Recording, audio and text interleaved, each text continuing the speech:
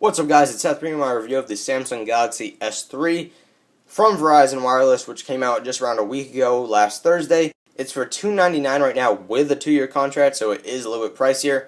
But, in this video I'll show you exactly why it probably costs more, in my opinion, for this phone, and who I think it's targeted to and who was going to get the most benefit from it. As you'll see when I'm going through this review, really, it's like a bigger, slightly faster version of the Galaxy S3. The layout is the same, the screen looks pretty much the same, they're both running Android obviously, so the operating system seems the same. Other than the S Pen addition to the Galaxy Note 2, really it seems like you're using the same phone. Although I do personally think that the Galaxy Note 2, in my opinion, is better to get, if you're into larger phones, because when it comes down to the iPhone versus the S3, I personally think that the iPhone should always win, but versus the Galaxy Note 2, however, the iPhone definitely has disadvantages, and the Galaxy Note 2 definitely has a lot of benefits to it, whereas with the S3, I don't think that the slight increase in size and whatnot was really enough to warrant buying that over the iPhone, in my opinion, because really for every phone company right now, the iPhone is like their main competitor, even though they have a smaller market share. They only have one phone, or one set of phones. Unlike Samsung and Motorola, they have multiple phones. Enough of that. I don't know why I'm really talking about that in the first place. Into the actual review, like I said, it's really set up the same as the Galaxy S3 with the power/lock button here.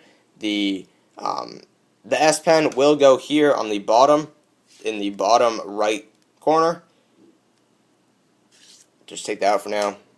As you can see, when you take out the S Pen, it comes up with all the S Pen options and features. But on the bottom, it also has the slot for the power adapter, and then on the side it has the volume rocker, and of course on the top the 3.5mm headphone jack. Now that's not really amazing at all, because like I said, it's really set up the same exact way as the S3 was, other than being larger. On the back, again, it's an 8-megapixel camera with flash. The 8-megapixel camera is fine for regular photos. That goes for the 1.9-megapixel camera on the front. That's going to be fine for Skype. I don't think that any phone camera is that amazing right now. I forget what phone it was from Nokia, I think, but where it's like a 40-megapixel camera. Yeah, you're going to see a difference there, but that's really an outlier from the mainstream phones. When it comes down to actual mainstream phones like the iPhone or the Droid series or the Galaxy series, I'm not a super big photographer, so when I look at photos on any of these phones, I personally don't see a big difference. I know if you're a photographer, you might see a difference. I just don't, notice it there, and I think I, speak for most consumers when it comes to, how photos look on phones. It just comes down to what you're using it for. You're generally only going to use the camera on a phone when you're taking pictures, when you literally don't care enough about those pictures to have a regular camera.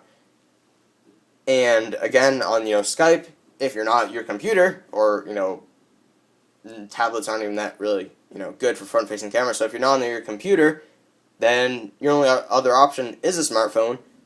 So that's what you're stuck with. It may not look amazing, but also you kind of need to remember that the fact that it's a 1.9 megapixel camera, it might not look amazing, but it also is transmitting a smaller size, smaller file size to the servers for things like Skype. Whereas if you're using like a 10 megapixel front-facing camera with extreme HD quality, you wouldn't be able to do that ever over cellular, and it would be really difficult as well on Wi-Fi. So that's part of the reason that they keep these cameras not that amazing on the front, but also to lessen the cost, because can you imagine having two 8-megapixel cameras in a phone? It would be kind of upping that cost quite a bit, and fitting them as well would be difficult. But that was more of a rant than a review. So into the actual phone itself, has a 1280 by 720 HD AMOLED screen, which in my opinion looks pretty much the same as the Galaxy S3, although the larger size definitely makes things like gaming a little bit more enjoyable. And for business people, editing things like a PowerPoint, is definitely going to be better on the Galaxy Note 2, whereas on the S3 it was still kind of not exactly great for doing true business related things. Right now I might as well talk about the S Pen features because S Pen is up anyways. The nice thing about this S Pen on the Galaxy Note 2 is that it has the air view function. I don't know how well you'll be able to see it, but I'll try and show as well as possible. When you get a certain distance and you can adjust the distance from the screen, you can actually interact with the screen. For example, if I swipe over here to the actual S Note application, which is like folders of documents, and you put the S Pen near the screen and not actually touching it, it can interact and show you what's in the folders. That goes for emails as well. It can show a larger view of the emails, which is extremely nice in my opinion. I have actually been using it for that. Generally, I don't have the stylus out when using the phone. I just think it's easier to use your finger still for a lot of things. But when I'm browsing through emails and doing other things like that where there's not a lot of typing involved, yeah, I do see why something like Air View on the S Pen is really a beneficial feature to have. Other than that, there's really not a whole lot to the S Pen that is that amazing. It's just a glorified stylus in my opinion. There are some features to it that I don't really show in this video. They're pretty minimal. In my review on TG Buzz, there will probably be a more detailed list of the actual features that are coming from S Pen. But as far as in this video, there's not a whole lot of things to show. There are certain things that are nice. You can write notes, annotations on PowerPoints with the actual stylus itself. You can obviously take regular notes with the stylus. You can record drawings with the stylus. Don't really see the point in that. And you can edit calendar events with like notes and stuff with the S Pen as well. So it is better than a regular stylus on previous phones, because styluses have been used for quite a while, but not that amazing. On what was it? S Note. One other thing I do want to show real quick is that if you are going to make a note, just go into the regular note application. You can switch from writing to the eraser with the button that is on the S Pen. So if you're trying to quickly take notes and then press the button, it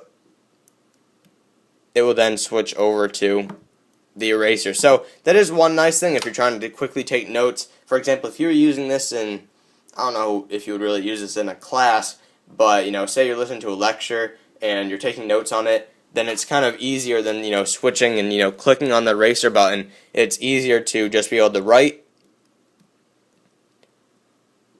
Why can't I get? Oh, there we go. Easier to write and quickly switch over to erase what you don't need written. So that is one nice aspect to it. I don't think it's that amazing because a lot of people probably won't even use something like S Note, but I do think it is beneficial for some people, especially when you're taking quick little notes. That it's easier to, because I know some people really don't like typing on touchscreens. So for those type of people, I know it's kind of a small group of people, because if you're getting a touchscreen phone, then you probably should like typing on touchscreens. And personally, I don't see the issue with them. But, for some people, I do think the S Pen is going to be beneficial. The average person, not really. That's about it for this review overall. Like I said, going forward, I do want to do an unboxing as well. But, for the review itself, that's about it. I hope you guys enjoyed it. Please like, subscribe, and make sure to comment. Oh, yeah, that's a big thing. Comment telling me, 1, products you want to see me review in the future.